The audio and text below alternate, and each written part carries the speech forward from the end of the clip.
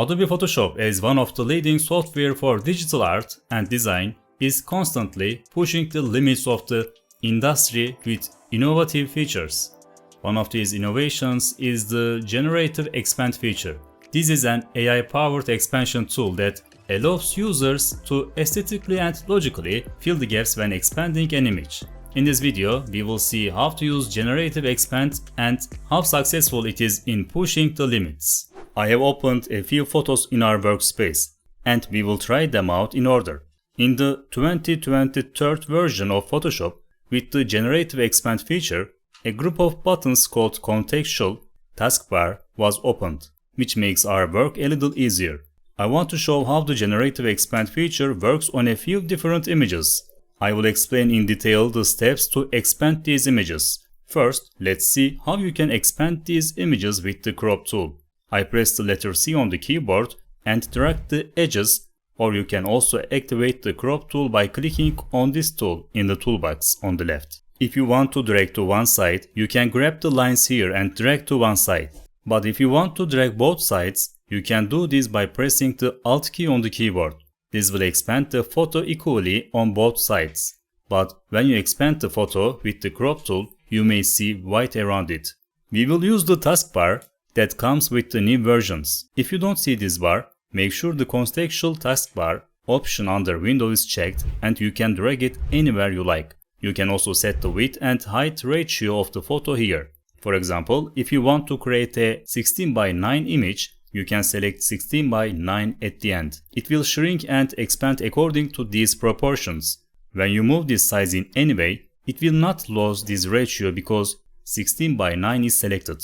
Since we want to fill the edges, let's select the fill value as Generative Expand. As I said, Generative Expand is a feature that comes with new versions. Look, there is the same button here. When you click on this button, a prompt field will open. In this prompt field, we can write the objects you want to see in the new fields to be filled, or you can write the description. But since we want to leave it completely to the system and we want the edges to be filled, we leave it blank.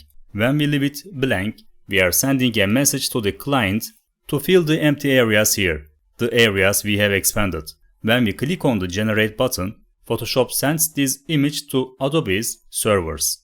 This feature of Adobe is based on a server-based process, and the process on the image is usually completed within 10 to 15 seconds. When we look at the bottom bar, you will see the number 13 here. In the work done with the Generative Expand feature, 3 alternatives are created for you, so you can see other alternatives by clicking on these arrows. For example, this is the second alternative, and this is the third alternative. As you can see, they are all very successful. I like the second one better, so I will leave it at 2. Now let's look at the Layers panel. When we do this, when we click on the Generate button, it will do these operations on a new layer while keeping our main image here. The name of the newly created layer is Generative Expand. This is actually the newly created image with artificial intelligence. Underneath is our original image. What does this do? It preserves our main image and allows us to manage the changes related to the AI-generated image on a different layer. You can see these variations in the Properties panel. If you don't give all 3 generated alternatives, you can request new alternative images to be generated by clicking the Generate button again. Again, our existing file is sent to the server. In the meantime, new images are created with artificial intelligence and it generates alternative images for us. Look, these are the newly created images. You can repeat this process until you reach the best result, until you feel comfortable. However, these processes will take up space on your computer. Therefore, you may prefer not to keep the images you don't like. You can reduce the file size a bit by clicking on the delete icon. This is how the Generative Expand feature works. But I put a few alternative photos to see how it works with different photos. And we will see how well the Generative Expand feature works with these photos. So what do you think about Generative Expand and how do you use it in your own work? I would love to see that in the comments section. I chose an image like this, a complex image. Let's see how to expand this image. The reason why the area around it is selected like this is because of the 16:9 proportion we just selected. You can change this if you wish. I want to keep it as 16 by 9 and this time I want to expand it only on the right side. I click enter. Clicking enter is equivalent to clicking generate. The creation of the image is complete. Look at the window. It's a nice result by completing the objects here. Let's see how the other alternatives worked. We are looking at the second alternative and we are looking at the third alternative by clicking on the right arrow again. As you can see, when you show these photos to anyone, each of them has created results that are so realistic that they don't understand that this was done with artificial intelligence. You can continue to create on this photo if you wish. For example, this time I want it to go upwards, but I only want it to go from here. So you can also choose the ratio. You can choose 1:1. When I choose 1:1, I want to set it to be a full square and I click the generate button directly without entering any data in the prompt field. The image is created. As you can see, it added on top of the existing image and successfully created the top side of the structure. Let's see how are the other alternatives. This is another alternative and this is another alternative. This time I can say that I like this second alternative. Let's make a similar arrangement on the next work. I want to choose 16 by 9 again. Let's enlarge it from all sides and see what the result would be if the photo was wider. I click on the generate button and our photo is created.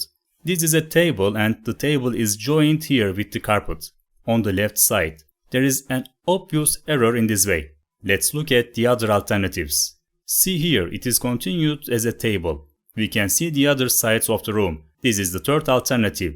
Because the table is complex, there is a complexity, a mess in the background and in the newly created visuals. I think they are beautiful in general. Let's exaggerate a little bit and enlarge one of these photographs a little bit more. For example, this one. I chose this one because here the boundaries of the table are even clearer. I enlarge the photo a little bit more. I click on the generate button and this time again it produces a logical result and generates the rest of the room. Let's look at the other alternatives. This is the second alternative and this is the third alternative. I like this photo better because of the way he made the table and the legs of the table. There is no bad result that stands out. I would like to expand it. Let's see if we can expand it one last time.